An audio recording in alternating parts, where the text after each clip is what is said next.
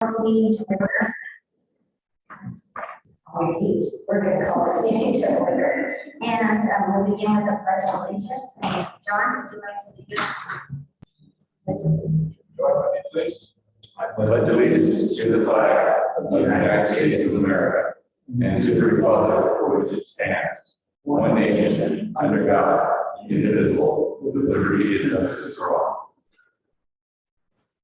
All right. And roll call. Thank you, Chair.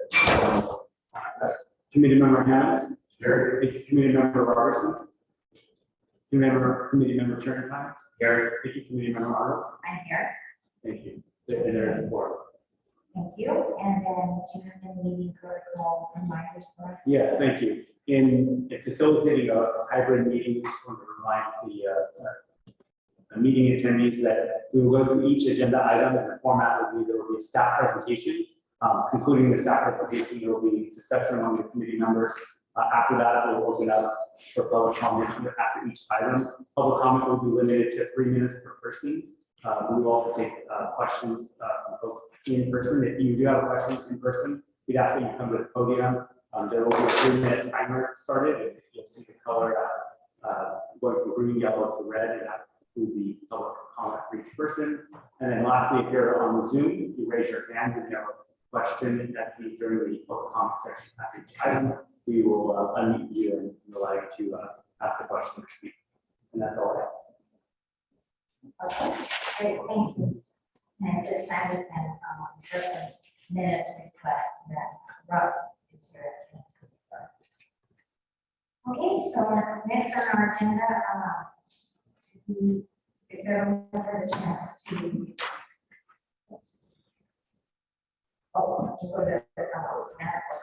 I'm going out of order. Public comment for items not on the agenda. So if we have anyone in the public that would like to speak on items not on the agenda, please step forward. Thank you. Good afternoon, everyone. My name is Greg Grable. I wanted to discuss a state water situation, since we're always looking at what we're going to get other sources of water to do other things.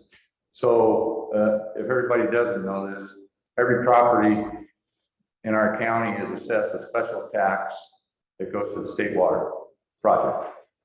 That money is supposed to be put in a special account for state water. In 2008, 2013, the county sold water for the tune of $6.8 million. I've been asking for years, where's that money? Well, Paul Overton put it in a different account. He didn't put it into the state water account.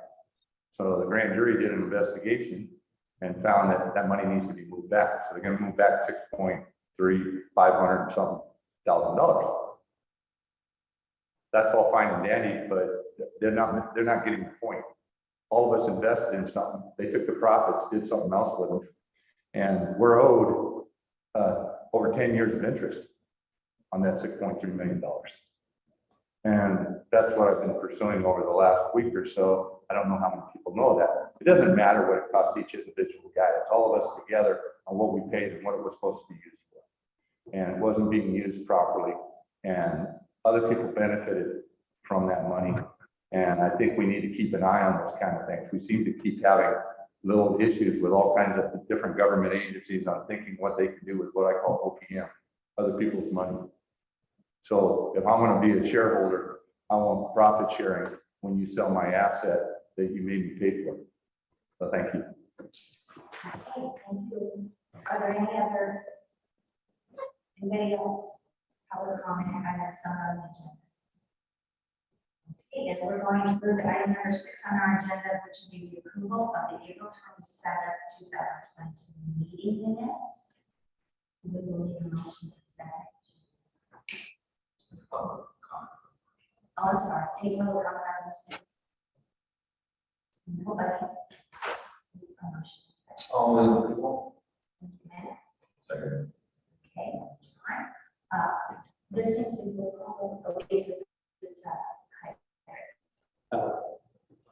Actually, all committee members in person. Only if someone's participating. Oh, okay, good. Thank you for reminding me. so we can do it all in favor. All in favor? Aye. Any abstentions or oppositions to those minutes? Okay, perfect, thank you. Then, We saw by the time you don't have hybrid meetings. from Benjamin Herper, everyone agreed can't hear.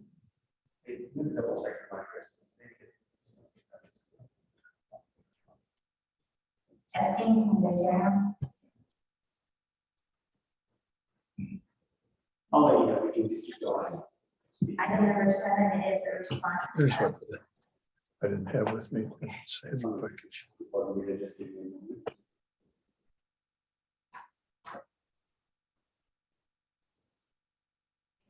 Okay.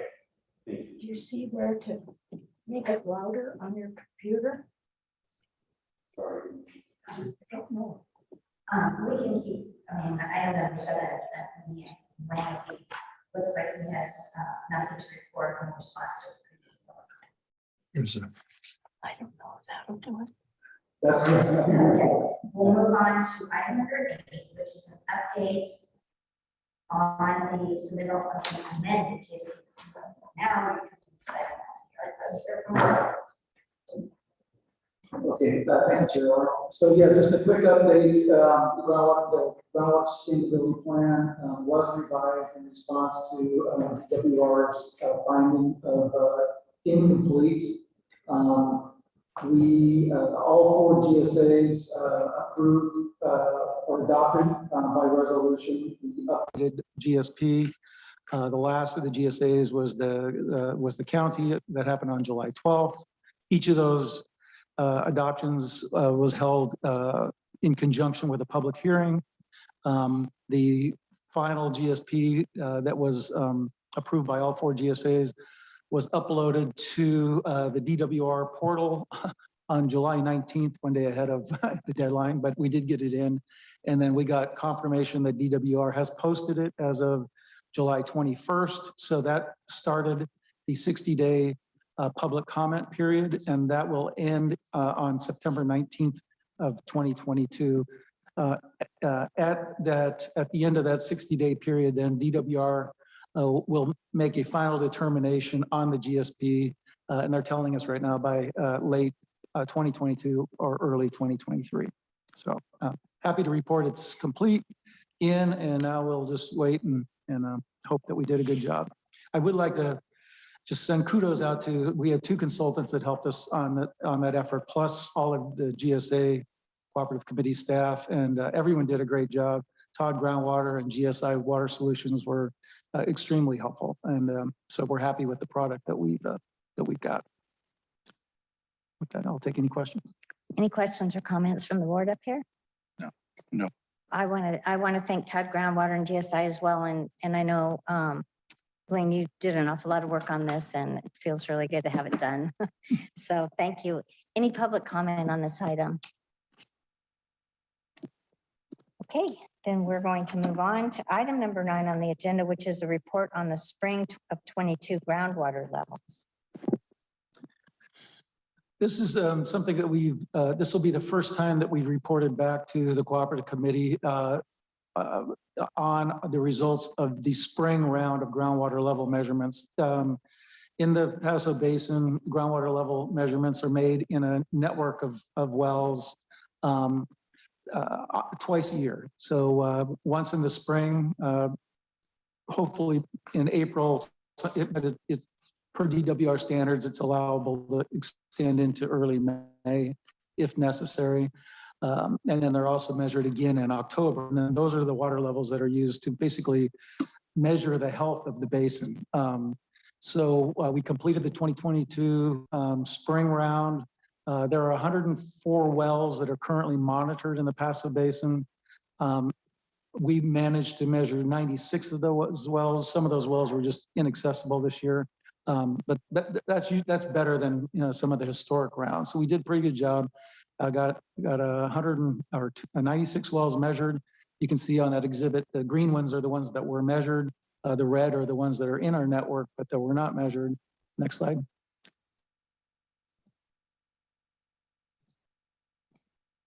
Should be that one. There you go. So this is just a graphical depiction of what the information that we gained through the water level measurements. This is a change in storage depiction, kind of a heat map. So what those different colors are illustrating is areas where we saw a decline in groundwater levels compared to last spring. And then the cooler colors, the purple and lavender colors, are areas where we saw a increase in groundwater levels compared to last spring. For most of the basin, we saw generally a moderate lowering of groundwater levels, but there are a few areas where we saw a more of a concentrated decline in groundwater levels. These are based on, I mentioned earlier, I think we measured 96 wells in the basin. We only used 53 of those wells to make this calculation. And that's because that's what was used in the original GSP. So that allows us to do kind of an apples to apples comparison from season to season. The GSI did a calculation of what the change in groundwater in storage was based from last spring to this spring. And based on the analysis they performed, their estimate is that we lost 81,800 acre feet of water from groundwater and storage in the last, between those two rounds of measurement. So significant amount of groundwater lost. That's more than per the GSP, the average annual deficit, which is I think about 12,600 acre feet. The majority of the reason that number is so big is that we were in and continue to be in a drought condition, and we just we're not getting the rainfall right now to get the recharge of the basin. So sort of not great news, but you know, it's something that we need to know so that we can make good decisions on how to move forward. I think with that, I'll stop. Matt?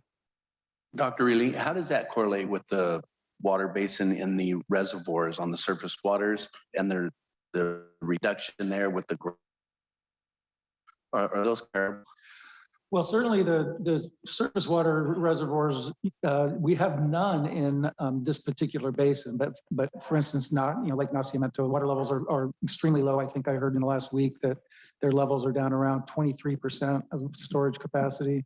So, both groundwater is declining and surface water is declining in at least most of our basins here in the county and throughout the state.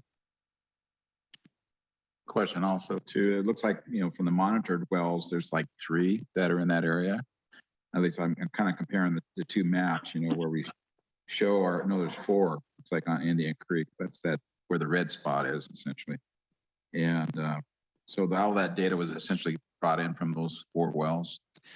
Well, those wells, and then there are other wells that aren't shown in that figure, but were measured and included in the network.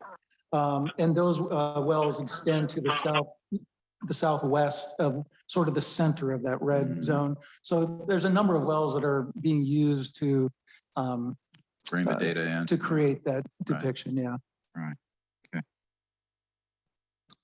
But again, and you're going to see here in the next presentation that our monitoring network is still pretty sparse, and we've got a lot of gaps. I was going to say we only have 104, and I mean the more data, the better, obviously. And are we trying to get more monitored wells online?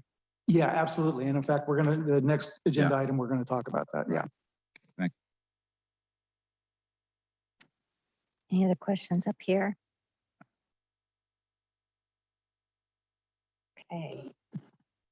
Any other slides? You want to go to the This next? is it for item number 9? There's no other slides for item number 9. Okay. Oh.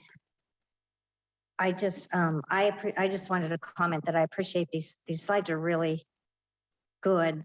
All the creeks are labeled, all the rivers are labeled.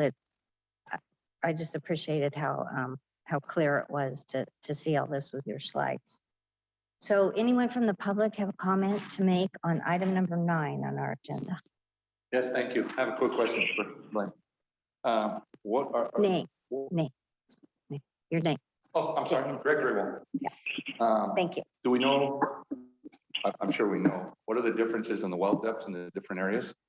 Were we we see less water in the spring of this time from last time, are those shallow wells? Well, not completely there, but we do have a mix of wells that we're measuring. Some wells are, shallow compared to others. Some of the wells in the network have significant depth. Others are relatively shallow. We've tried not to include wells that are too shallow that we want to be able to monitor them for a long time. So we kind of excluded the ones that are real shallow because they could potentially go dry. Some of them already have gone dry, and then we wouldn't really be able to use that data point in the future. Yeah, I'm just using myself as an example. So I've been on my property for 20 years. I have one well I can measure easily. Water's always been 24 feet below the surface, never changed. I'm in the watershed though, I'm not in the other area. And I know for my normal rainfall, if the previous year was somewhat close to normal, and then we get a normal, within 10 inches of rainfall, my normal is 22 inches to 24 inches, but in 10 inches of rainfall where I'm at, then the water starts ponding and it gets ready to run. And so I know every area is a microclimate and has a little bit different things. My elevation averages 1550, where I think we're like 800 here. So I'm double what this area is. And just as reference for other people, the Cuesta grade is 1522. So I'm getting the first water that comes over the hill and runs into the thing. But I have some deeper wells. I have one well that's 900 feet deep, pump sits at 500, and the water's at 58 feet, never changed. So I don't have any irrigated ag. So, but I just think it's important, like you were saying, that, yeah, some of these shallow well areas, which is one of the things that we had to talk about in the GSP. I think they, when they put their wells in, things were different and they didn't look like what was going to happen down the road on numerous not normal years in a row. Right. Thank you. Thank you. Any other public comment or any of the? I've got Debbie. Yes. This is Kevin Peck. How you doing? Oh, good. Good, Kevin. Good to hear from you. Good. Just a comment. I was lucky enough to accompany Blaine and the testing crew when they did Shed Canyon. And I did notice that on the graph, the color graph, it does show Shed Canyon in that area that we're measuring wells was one of the areas of a large decline. And so just a couple comments. I guess one of the things I learned when we tested was that the testing cycle was done in kind of late spring. And I think probably around May or maybe early June. I can't remember exactly when, but probably May. But I think it's important when you start looking at well data and depths of the water levels, how you compare it to the previous year. It seems to me it would need to be pretty close to the same testing time as the previous year, because those wells are irrigating alfalfa in that area. So they typically start to really hit the irrigation harder later in the spring. That's one comment. The other comment is, I think the wells, by their process, have to be down for 24 hours before they test them. And I think those wells were, since they were irrigating pretty heavily, that they weren't down quite that long, maybe a couple hours. So just a couple comments that when you start comparing year to year, the process has to be pretty tight to really see a drop in water levels. Just a couple comments. Okay, thanks, Kevin. Anybody else out there on their Zoom have a public comment? Okay, great. Then, oh, sure, Matt. No, just to add on to Kevin's comment there. I mean, I think Kevin's points underscore how important it is wherever possible to implement continuous monitoring on these wells so that, there's no one particular date that's picked, but you can see, over time exactly what the water levels in that well did. And that's, I think, one of the efforts that we're continuing to put forth here that Blaine will be talking about. But agreed. Apples perfect to apples, illustration right? of how important that is. Apples to apples. And I think in our next item 10 on our agenda, we'll talk some more about that. I think we have more to discuss. So if I don't hear from anyone, then we'll receive and file this and move on to item number 10 on our agenda. Sure. Thank you, Chair Arnold. Yeah, so what I'm going to do, this is an informational presentation that I'm going to tag team with Nate with GSI. And really couldn't ask for a better lead in between Kevin's comments and Matt's comments. As I mentioned, our monitoring network right now is very sparse. The wells that are actually in what we call the representative monitoring network or sites, we have 23 of those in the basin. Those are the wells that were identified in the GSP that we basically use to take the pulse of the basin and make decisions, or we'll use those to make decisions on A, are we sustainable? And B, are we moving in the right or wrong direction? So very sparse. Up on the exhibit, you can see the yellow, the one bright yellow dot is the one RMS well that we have in the alluvial system.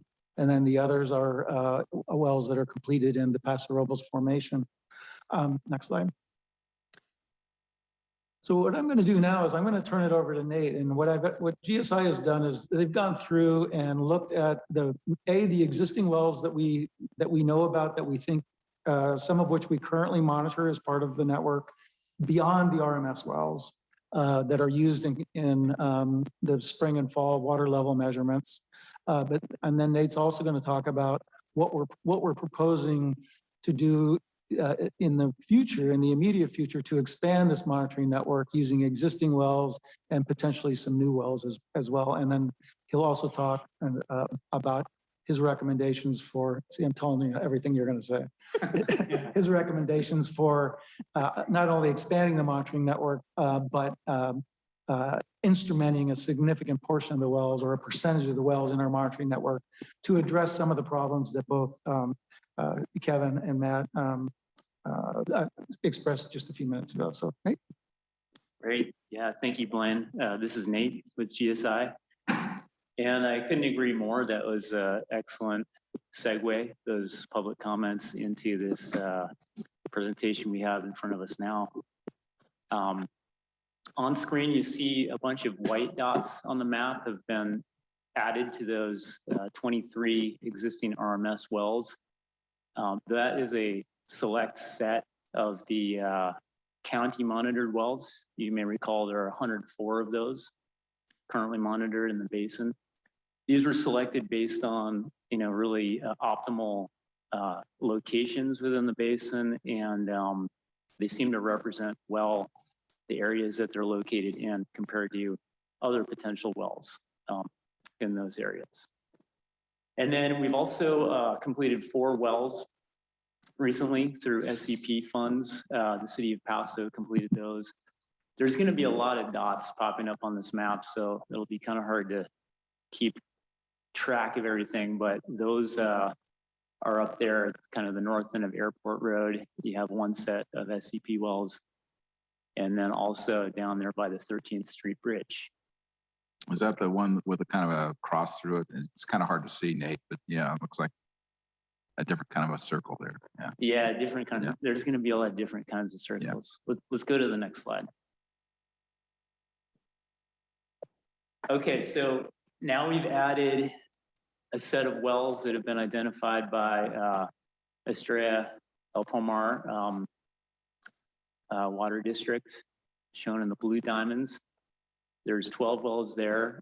That's out of a bigger set of wells that group has been monitoring over the past year. And also a set from Shannon San Juan Water District, shown in the green diamonds. So 15 of those.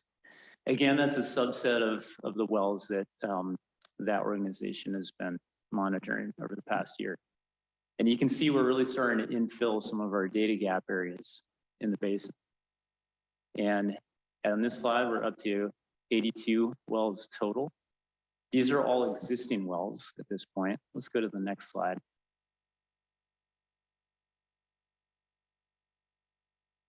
And here we see the addition of another few sets of wells, those recommended in that SCP study, of which 2 locations were completed and are on Airport Road on the Estrella River and by the 13th Street Bridge in the city of Paso.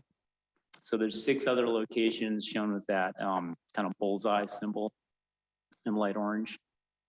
And then also a set of wells that Todd Groundwater recommended for installation to better assess our interconnected surface water in the basin. So those are shown in that light yellow color. That brings us up to 98 total. You know, this number is certainly not set in stone, but it's just an illustration of how much we could improve our monitoring network, you know, both with existing wells, which, you know, got us up into somewhere north of 80 wells, and then adding these recommended wells to come out to almost 100 total. Let's go to the next slide. Okay, so as was noted by Kevin Peck in that public comment, you know, the spring 2021 to spring 2022 water level change map that we showed in the previous agenda item, you know, it showed a really big bullseye, red bullseye in Shed Canyon. And I think his comment is really pertinent. You know, that measurement may have occurred a little later, you know, after irrigation had really commenced on those alfalfa fields. And so what we don't know, because that measurement is only one of two taken for the whole year, is, you know, what did that water level look like the previous day, the previous week, you know, even the previous hour? What I'm going to run you through here is some benefits of instrumenting a bunch of our monitoring wells in the basin with automated continuous groundwater monitoring. So essentially, this allows somebody to sit at a desk with a computer in front of them, as shown in that little graphic there, and receive the data real time through telemetry, utilizing a pressure transducer or some other means of continuously monitoring water levels in the wells in the ground. And, you know, the benefits of this are numerous. You know, real-time data minimize human error. You know, you can, with better data, you can make more accurate basin water budget calculations. So, you know, what is our groundwater and storage change from season to season, for example? And you can, you know, as you really dig into this, you can start to understand well interference in real time. And that could be really important if you have some domestic wells going dry. And, you know, what are the stressors? You know, what are the other wells completed in the aquifer near them, and the timing of those groundwater extractions? You know, there might be some relationship there that could be useful, and if understood better, it could be managed in a way that would allow those wells to stay not dry. And then, of course, allows for responsive adaptive management. That's an example that I just spoke of. Let's go to the next slide. So yeah, you know, more accurate. I just wanted to hammer this point home. Here's basically a year's worth of data for one of the wells completed in the Paso Basin that has been instrumented with continuous monitoring. And you can see that, you know, that blue line is the fluctuation in water levels within this well. You know, towards the top, we're over 1,000 feet, 1,020, and towards the bottom, we're probably at like 950 or so. You know, so a good 70 feet there. And, you know, this is just one example of many, but imagine that your job is to go measure this well twice a year. So those yellow dots show where you may encounter that water level, you know, at that particular moment in time that you're in the field and you take that measurement. Now, of course, there is a protocol to, you know, request that the well is not pumped for a full 24 hours before the measurement is taken, and that can alleviate some of these issues. But you'll see that actually, you know, the well that's being measured often is being influenced heavily by other wells around it too. So it really helps having this continuous data stream so that one can, or the consultants can, you know, pull out what is a representative water level versus, you know, what is a highly influenced pumping water level. So there you can see some variance over the course of a year. Let's go to the next slide. Oh yeah, timing is everything. One more click.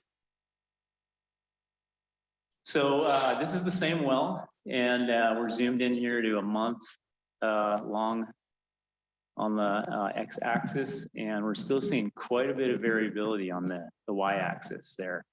You know, we're still varying from over 1,000 to almost down to 150.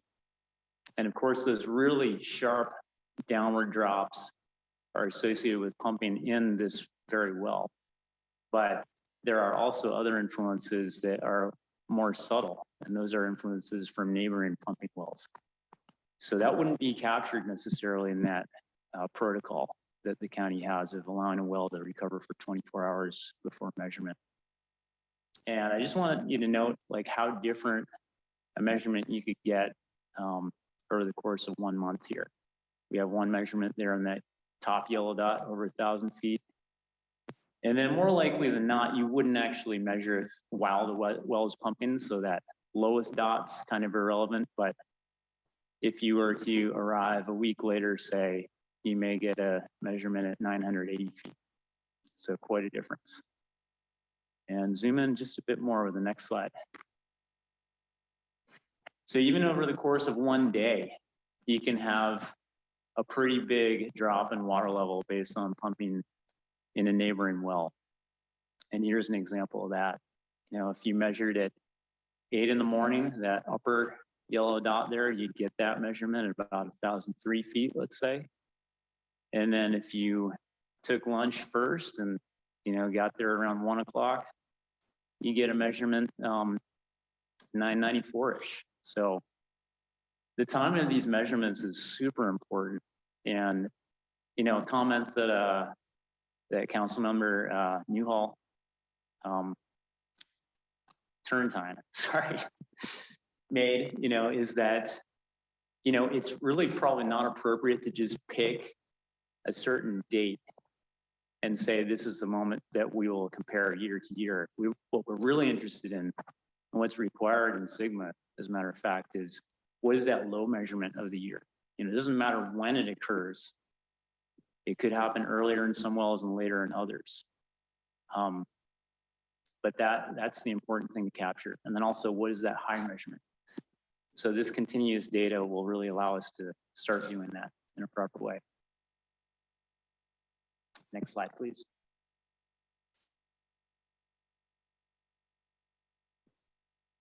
So here's just an example of what an initial deployment of these continuous monitoring devices could look like in the Paso Basin. This is a subset of the currently county monitored wells. There's 40 there. And I think that would get us off to a really nice start.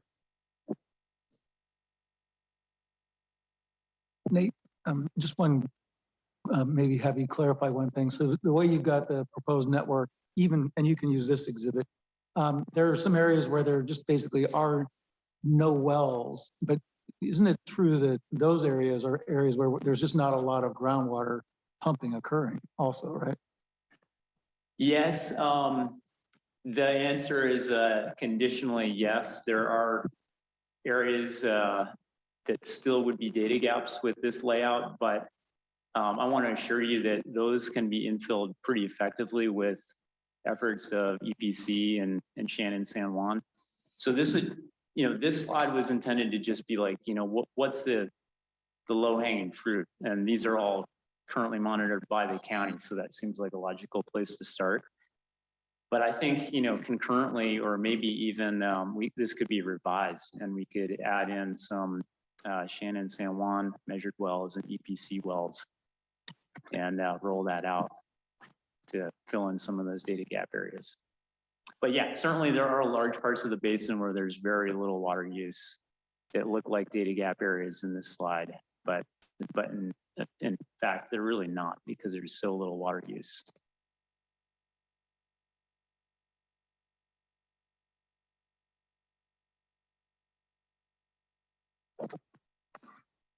Okay. Any questions or comments from the board up here? So what's the immediate next step here? I mean, we do have some grant funding that we've secured that we're expecting soon, some of which is destined for this effort, right? That's correct. So we have, in fact, that's the next agenda item is a status report on the grant, but I received the final grant today, so it's ready for our signature. We have in that grant,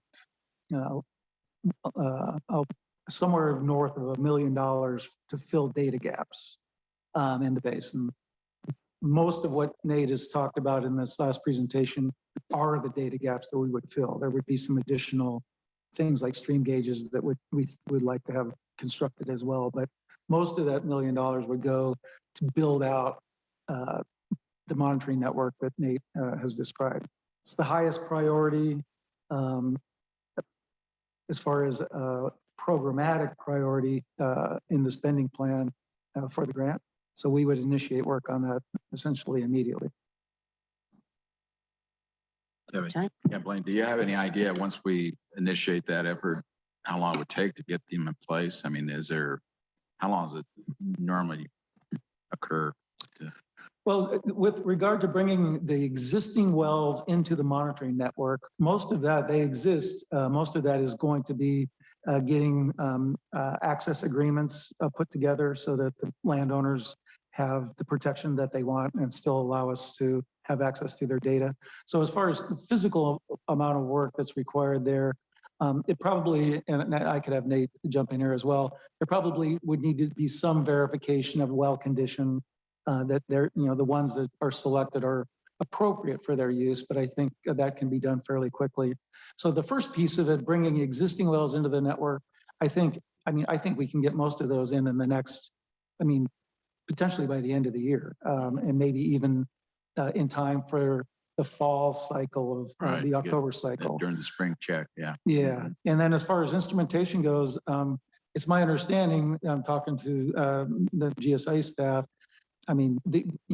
there are vendors out there that have the equipment. I think to instrument 40 wells is, as far as from a timing perspective, is just not going to take that long. It's just going through the specification and procurement process and then installation. So, but I would hope that we would have the instrumented component of that ready to go by spring round or, by next irrigation season.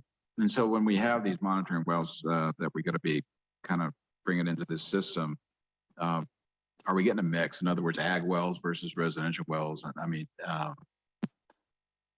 The ones that are high volume user, those are, I think, important to be watching how they recapture their levels after the pump is finished, for a while. Yeah, absolutely. I think it's going to be a mix because we also want to include wells that are in areas where there are concentrations of shallow domestic wells. Because we're kind of looking for the canary in the, in the coal mine. Right. But it's going to be a mix. So we will include both. They're already in our network, but we'll add more wells in areas of heavy irrigation, so we can track what's going on there.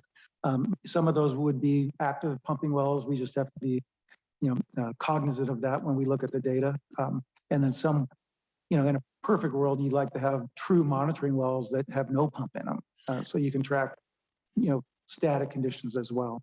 Yeah, and for the fact that it's real time, actually you can see how it would over a few minutes, whatever, an hour to day, whatever, how it recaptures its level.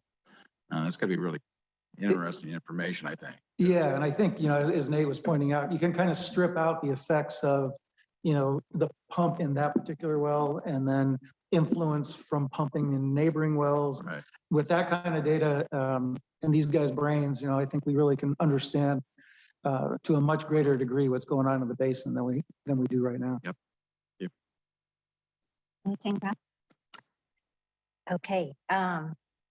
Great presentation. Thank you. And I'll save the rest of my comments for our next item. But any more public comment on item number 10? Any public comment or anyone on the Zoom? None from the Zoom. Nope. Okay. Then this is also a receive and file. This item is a receive and file, right? Just information. That's correct. Purely informational, yes. Okay. And then we'll just move right into item number 11. All these kind of dovetail into each other anyway. So I will give the shout out that I almost gave under item number 10 on item number 11. Fantastic news about the grant. And Blaine, $7.5, I think, $million coming into the, 7.6, yep. to countywide for Just Paso Basin. just Paso. Yep. It's even better. And there's other, anyway, the entire county is benefiting from your work on retrieving these grants and going out and making sure that some of them are coming our way. So I really wanted to say thank you for that and take it away. Okay.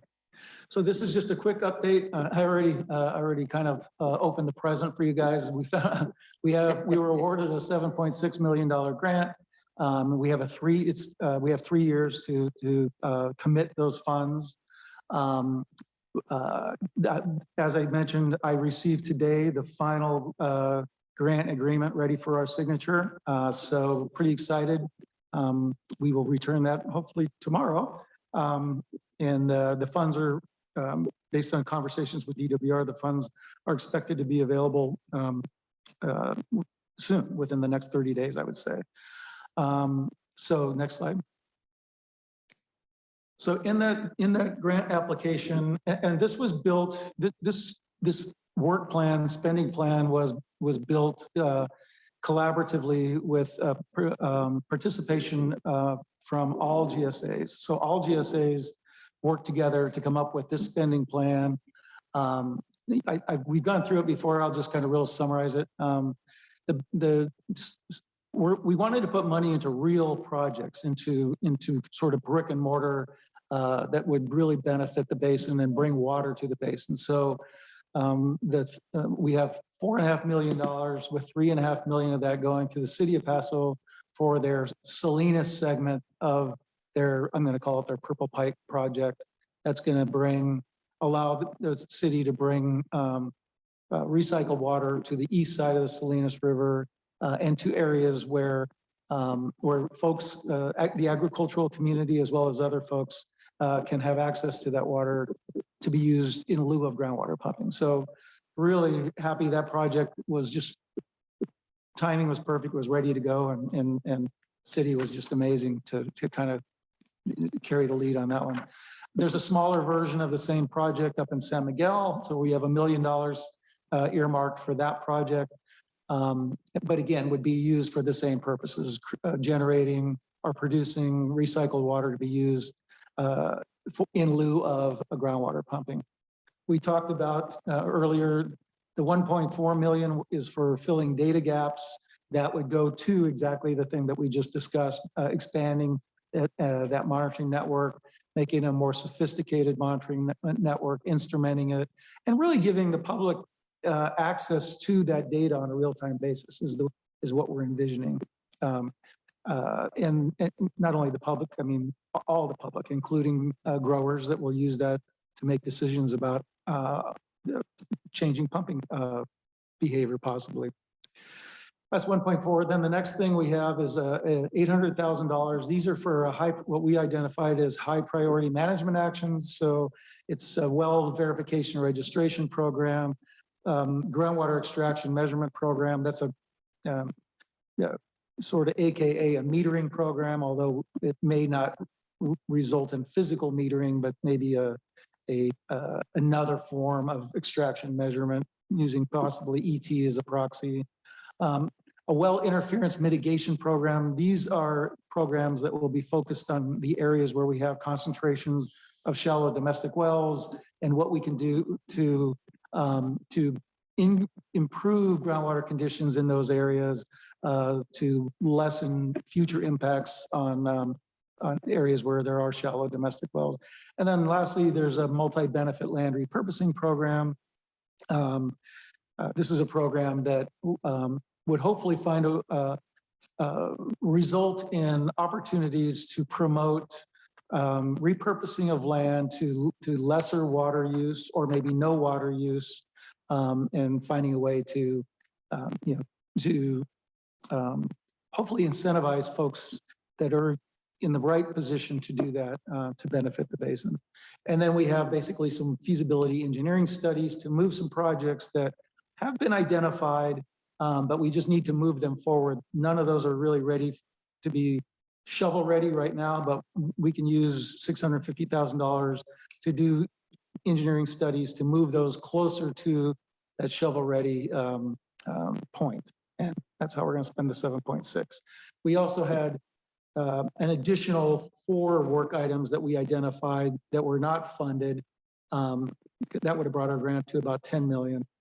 So those were, we had medium priority management actions and some additional engineering studies and a further data gap updates, mainly looking at somewhere down the road, updating or replacing the basin hydrogeologic model, but that did not get funded in this round. Yeah, we were, DWR required that we submit for 10 mil, but they told us that we were earmarked at the beginning for 7.6. If they had extra funds, they wanted to know what we would spend them on. So that's why we came up with the additional work items. With that, I think I'll stop and answer any questions. Any questions from up here? I'm still can't stop smiling when I see all this money to be actually be able to do things. Well done. Yeah. And if anyone from DWR is on, I can't tell from the Zoom, but thank you. We appreciate the grant money coming our way. Anyone from the public have comments? Yes, thank you, Greg Grewal. Thank you. Finally got somebody here who's going to get some stuff done. I'd like to see some stormwater capture. I know we have to take all these things in order. I would like to see something happen with Santa Margarita Lake and the fact that since 1949 to 1999, the little town of Santa Margarita had 200 acre-feet of recharge water that magically disappeared. That we need to figure out how to get that back. And then we wouldn't need to spend that money on that intertie. I'm always looking out where dollars go, especially when they come from the taxpayer. I'm a little upset because I appreciate everybody's time and effort, and I know that money needs to be spent well. I just found out something the other day that kind of upset me because at the same time, we're using tax dollars to clean up the wastewater in a couple of the communities. Those same communities are suing the people that live around side. We're starting our next lawsuit here in a couple weeks, number 6 on the quiet title. So I'm glad that you're getting money from the taxpayers while you're claiming to be disadvantaged or whatever, while you've spent about $12 million to sue the constituents that live around you that have the priority right to the basin. So I would hope you would put that money to better use so you'd need less money from the taxpayer. Again, OPM, other people's money. We need to use all that we can use. We need to reuse and not waste what we can reuse. And I appreciate that. And I'm glad we're getting the money to do it because of this guy right here got it for us. So all of that's positive. I don't want to be a negative guy, but I would like to see some better things happening in the communities that sit up here and make the decisions for all of us. And then I find out that they have illegally built in their public facilities building. They've done other kinds of things, which is going to take more money to clean up those messes. And so I'm just always trying to keep an eye on where the dollars are going. So thank you. Thank you. Anyone else? Yeah.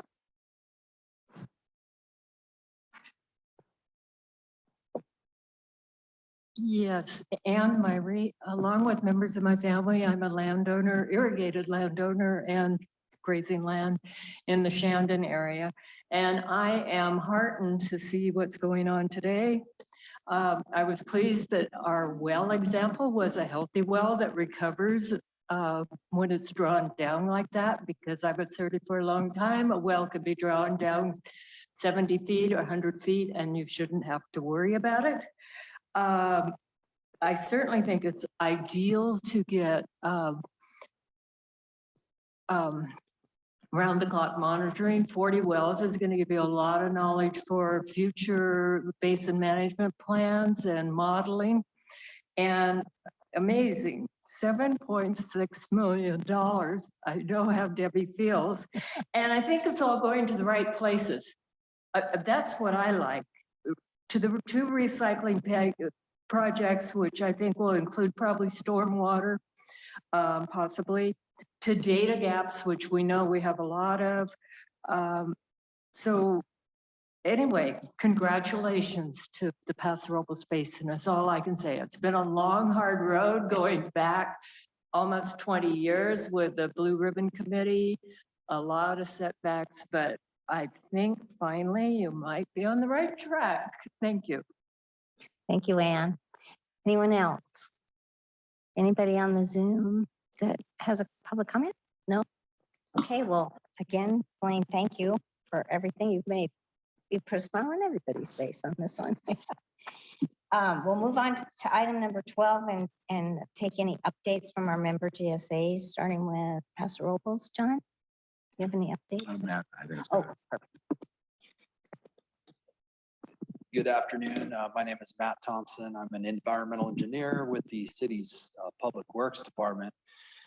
Filling in today for our Public Works Director, Christopher Leckel. He's away on vacation. I'll update you on what I know, which is the status of the city's recycled water program. I think it will be some additional good news. You heard the news about the $3.5 million grant for the construction of the Salinas River segment. That's an important project for us. That's one of the most difficult segments of the 5-mile long recycled water distribution system pipeline, because we have to use horizontal directional drilling technology to bore under the Salinas River to not cause any damage to the Salinas River. It's about a 1,900-foot long segment. We are splitting that project out of our larger recycled water distribution system plan set with the intent of taking it out to bid this winter, so that by this time next year, we're in construction on that segment. I've been assigned as project manager on that recently. For the larger recycled water distribution system project, I'd like to update you on that. This is a major undertaking for the city. This is the second largest capital improvement project in the city's entire history. This is a 24-inch diameter purple pipe that extends 4.75 miles from the city's wastewater treatment plant all the way to the eastern edge of city limits to a 2 million gallon tank on the hills behind Barney Schwartz Park near the Vina Robles Where Creek Vineyard. And all along the way, our intent is to supply irrigation water to golf courses, wine grape vineyards, and in the near term to drop some of the surplus water into the Where Creek for the purposes of passive recharge of the underlying groundwater. We've already completed the first half of the city's recycled water program, which is the addition of tertiary treatment facilities at the city's wastewater treatment plant. That was about a $14.4 million job. We're now producing between 3,000 and 4,000 acre feet per year of high quality tertiary treated recycled water that is perfectly suitable for the irrigation of wine grapes, golf courses, sports parks, that kind of thing. Unfortunately, it's presently just being wasted downstream in the Salinas River. So what we need to do, the second phase is that recycled water distribution system project that I described. And the update on that is that we have completed all environmental permitting. We have completed all design. The city has spent somewhere on the order of $3.5 million on design of that. And we're very close to having that project ready for bidding and construction. We are pursuing financing of that. It's a $35.4 million project in 2024 dollars. We're pursuing financing of that project cost through the state's revolving fund loan program. This is a federally subsidized low interest loan program that is intended to incentivize water recycling projects. And there are a lot of hoops that have to be jumped through. We applied for that financing in late 2019, and after a very lengthy environmental, financial, and legal review, we were told that we were very close to securing a financing agreement from the SRF program. And what the SRF program has been doing in recent years is issuing loans or grants in conjunction with these low interest loans. And the grants really come in the form of principal forgiveness on the loan. So SRF staff told me about 2 weeks ago that the Paso Robles Recycled Water Distribution System project is slated for a $10.2 million grant in conjunction with that SRF loan. Now, there are some steps, some procedural steps that we have to go through before we can actually secure that financing agreement. I'm going to be taking some resolutions to the Paso Robles City Council at the second meeting in August, but we're getting very close. And as you can imagine, a grant like that would hugely improve the economics of the recycled water project, because ultimately the cost of this recycled water is going to be directly related to the cost of annual debt for the construction of this infrastructure. And so if we can knock $10 million off the top of this recycled water distribution system project, let's say it's a third of the project cost, we're going to have a drastic reduction in the per unit cost of the recycled water. Hopefully that will make it more attractive to the wine growers that we're going to be leaning on to help us use this recycled water and pay back the infrastructure. If we can secure that financing, we may be out to bid for construction of that project by the following winter. So this would be the winter of 2023. And the idea would be we would be getting into construction of that in 2024. It's about an 18 to 24 month long construction period. So we may have flowing recycled water as soon as 2025. So that's the latest update on the recycled water distribution system.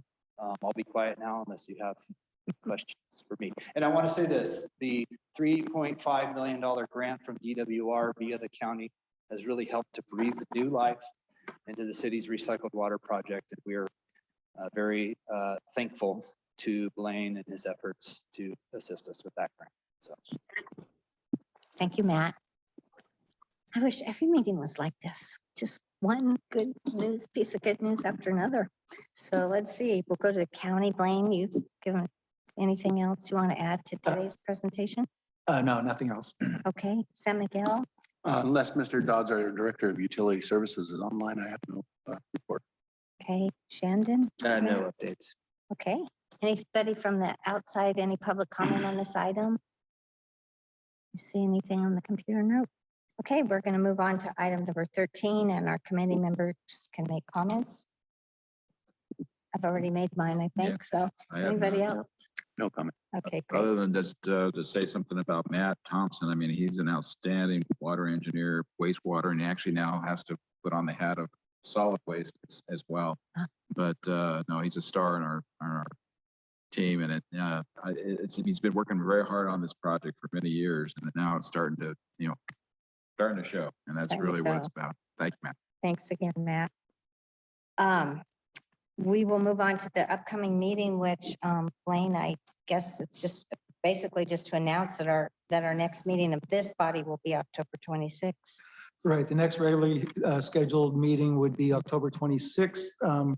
At this point, I don't see any reason to hold any sort of special meeting in between. So if it's all right with you all, that's what we'll put into the schedule. No one's protesting up here. Are there any comments on this item from the public? Okay, then we're gonna move to item number 15, which is future items. Anybody